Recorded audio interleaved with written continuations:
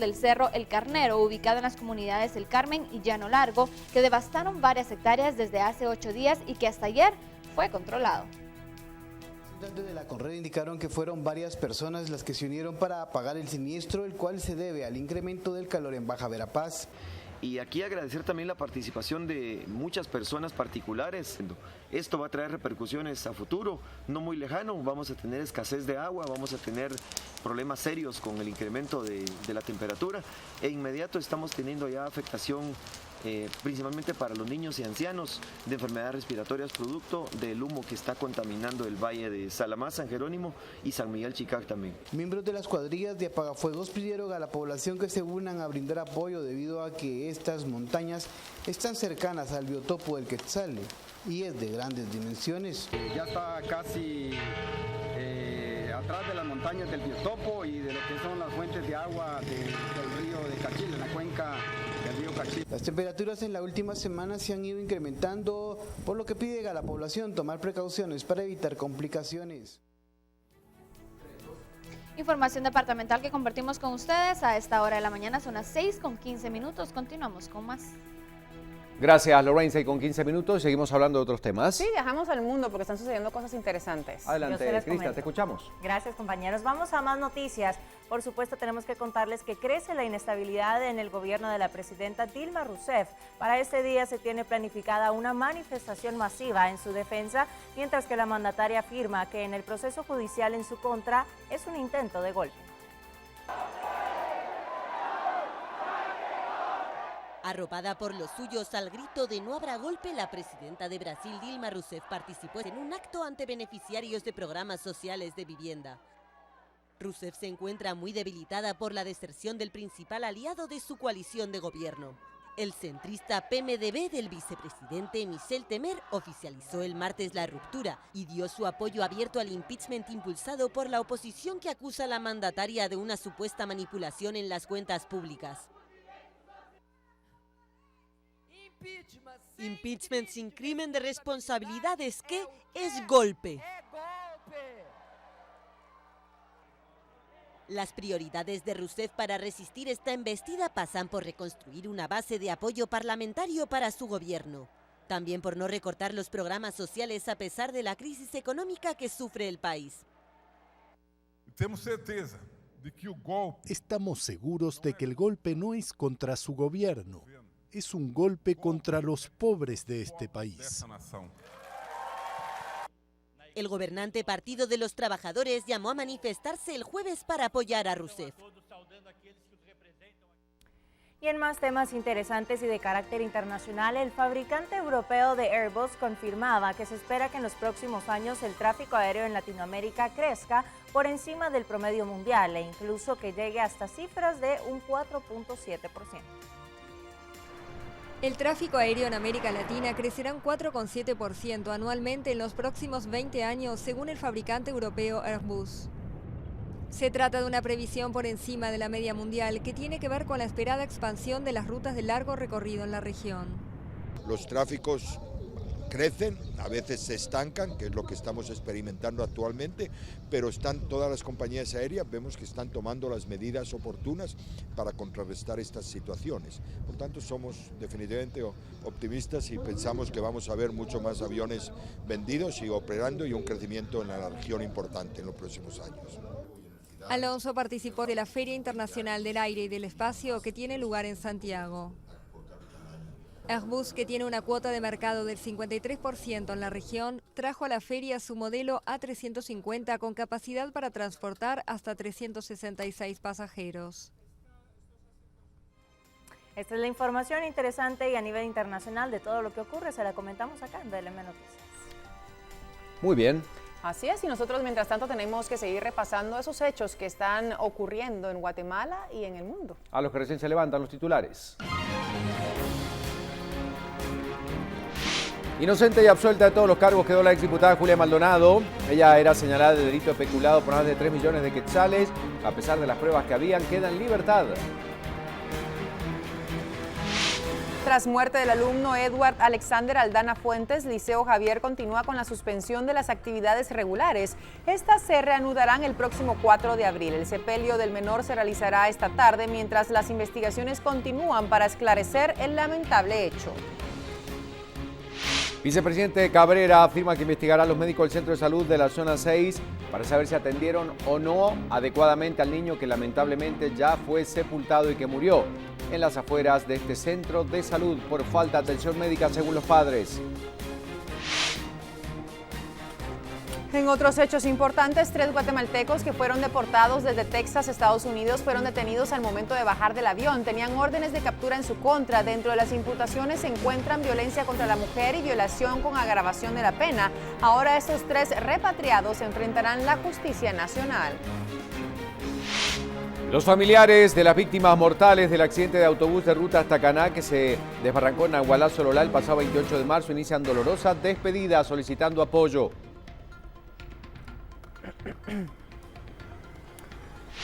También tenemos información del mundo. Presidenta brasileña Dilma Rousseff vuelve a denunciar intento de golpe de Estado. Para hoy se tiene planificada manifestación masiva en defensa de su gobierno.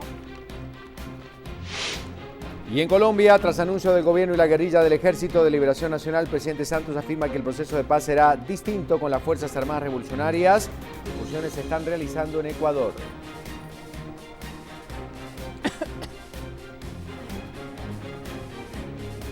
Bueno, es la información que tenemos a esta hora del día. Veamos cómo está Calzada Roosevelt, como siempre, para ver el movimiento de las calles. Acá la tenemos entonces muy cerquita. Podemos apreciar el panorama. Ya empieza a presentar un poco de complicación vehicular como las principales calles y avenidas de nuestra ciudad capital. Los carriles reversibles ya están habilitados, incluso aquí está la entrada de uno que usted ya puede utilizar con toda confianza. Así es como nos estamos despertando los chapines. Listos para compartir, por supuesto, a esta hora de la mañana toda la información y nosotros damos una vuelta de página inmediatamente para irnos a las calles justamente hablando de lo que ocurre, pero desde varios sitios en este recorrido, Anicha. Es Alberto Cardona quien nos da los buenos días y nos informa lo que sucede en nuestro país, así que adelante, Alberto. El reporte, como todos los días.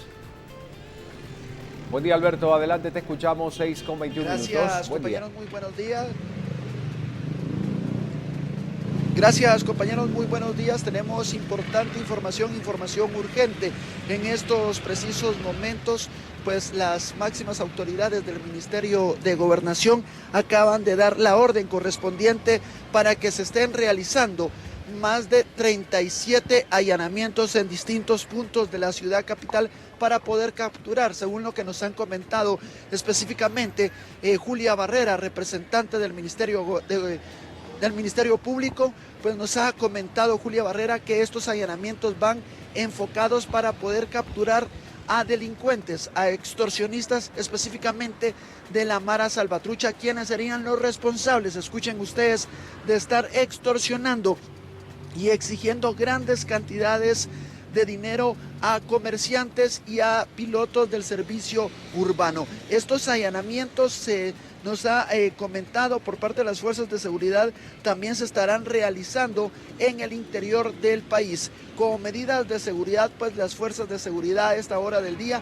pues no han brindado las direcciones exactas, no han dado a conocer los puntos exactos. Una de las áreas más conflictivas donde nos estaremos movilizando en cualquier momento es en San Miguel Petapa, donde las fuerzas de seguridad pues han determinado que es el punto clave, es la guarida donde los extorsionistas de la Mara Salvatrucha planifican y ejecutan las extorsiones, asimismo los asesinatos en contra de los pilotos y dueños del servicio al transporte urbano. También este grupo criminal, dentro de la investigación que hemos podido obtener esta mañana, se nos ha dado a conocer que también serían los responsables del tráfico de armamento, entre estos fusiles de asalto, AK-47, AR-15, las armas que estarían utilizando estos delincuentes para atacar las unidades al transporte urbano.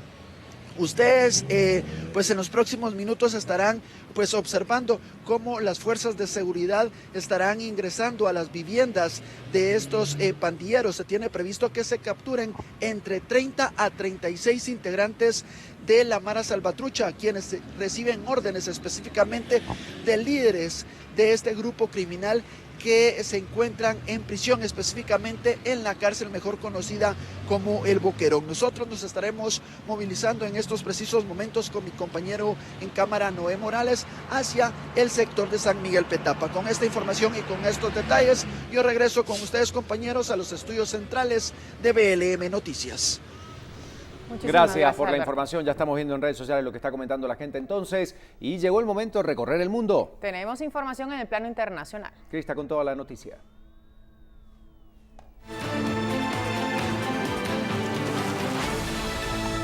Gracias, compañeros. Vamos a ver entonces lo que destacan los diarios internacionales para este último día de marzo. Allí vemos el titular del Clarín de Argentina esta mañana. Con amplia mayoría es la ley salida del default. El Senado aprobó la ley a las 0.52 de hoy. El oficialismo superó los 2/3 y aún más que en diputados. Esto va a permitir pagar a los buitres y terminar con un conflicto que impedía acceder al crédito externo. Entre otras noticias, allí vemos del matador del cerrajero que se quiso justificar.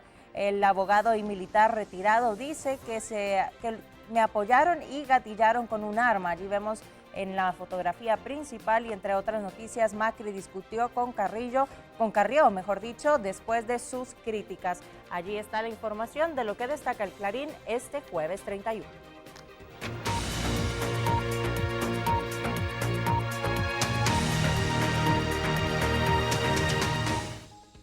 Iniciamos de inmediato con el repaso internacional. El gobierno de Colombia y la guerrilla del Ejército de Liberación Nacional lograban llegar a un acuerdo para iniciar un proceso de paz final. Las conversaciones que se van a realizar en Ecuador y en otros países de Latinoamérica de igual forma. Esto siempre persiguiendo las conversaciones que caminan en busca de la paz con la otra fuerza guerrillera colombiana más conocida como las FARC. El gobierno colombiano y el Ejército de Liberación Nacional, la segunda guerrilla en el país suramericano, anunciaron en Caracas el inicio de un diálogo formal para acabar con medio siglo de conflicto armado. Instalar una mesa de conversaciones pública en Ecuador. Segundo, las sesiones de la mesa se realizarán en Ecuador, Venezuela, Chile, Brasil y Cuba. Estos países, junto con Noruega, serán los garantes. El objetivo es erradicar la violencia de la política y avanzar hacia la reconciliación nacional. Las conversaciones serán directas e ininterrumpidas y la agenda de 6 puntos se ejecutará con la mayor celeridad y rigurosidad. El Plan General de Ejecución de Acuerdos implicará mecanismos de control, seguimiento y verificación que contarán con la participación de la sociedad, la comunidad internacional, el gobierno y el Ejército de Liberación Nacional. Las partes sostuvieron diálogos exploratorios entre enero de 2014 y marzo de 2016. La UNASUR consideró el diálogo como la pieza que faltaba para completar el proceso de paz en Colombia. El proceso se suma al que avanza en Cuba con las FARC. Y tras darse a conocer el anuncio de la conversación de paz entre el gobierno colombiano y el Ejército de Liberación Nacional, el presidente Juan Manuel Santos afirmaba que la naturaleza de estas conversaciones será distinta al proceso que están a punto de finalizar con las Fuerzas Armadas Revolucionarias de Colombia. El presidente de Colombia advierte que el proceso de paz con el ELN en Ecuador no se parecerá al que sostienen con las FARC. Las conversaciones públicas a las que daremos inicio con el ELN tienen una naturaleza muy distinta al proceso de La Habana, porque el ELN y las FARC son organizaciones muy diferentes. La negociación con el ELN tendrá que adaptarse a los organismos que el gobierno prevé crear después de la firma del acuerdo final con las FARC. Santos destacó que el éxito de estos diálogos significaría el final de las guerrillas en el país y en América Latina. Entre otras noticias, le comentamos que los musulmanes radicales acampados desde hace días frente a la presidencia pakistaní en Islamabad rehusaban dispersarse y afirmaban estar dispuestos a perder la vida ante las fuerzas de seguridad que se preparaban a evacuarlos por los atentados terroristas que dejaron al menos 70 fallecidos. Estos manifestantes exigen, entre otras cosas, la ejecución por ahorcamiento de una cristiana acusada de blasfemia. Un grupo de musulmanes